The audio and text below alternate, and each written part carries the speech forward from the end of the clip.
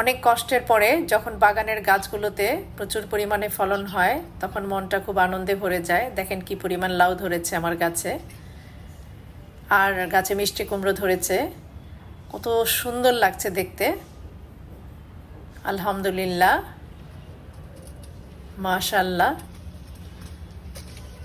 লাউ গাছে দেখেন কত সুন্দর লাউ ধরেছে, অনেক লাউ এসছে গাছে। আলহামদুলিল্লাহ।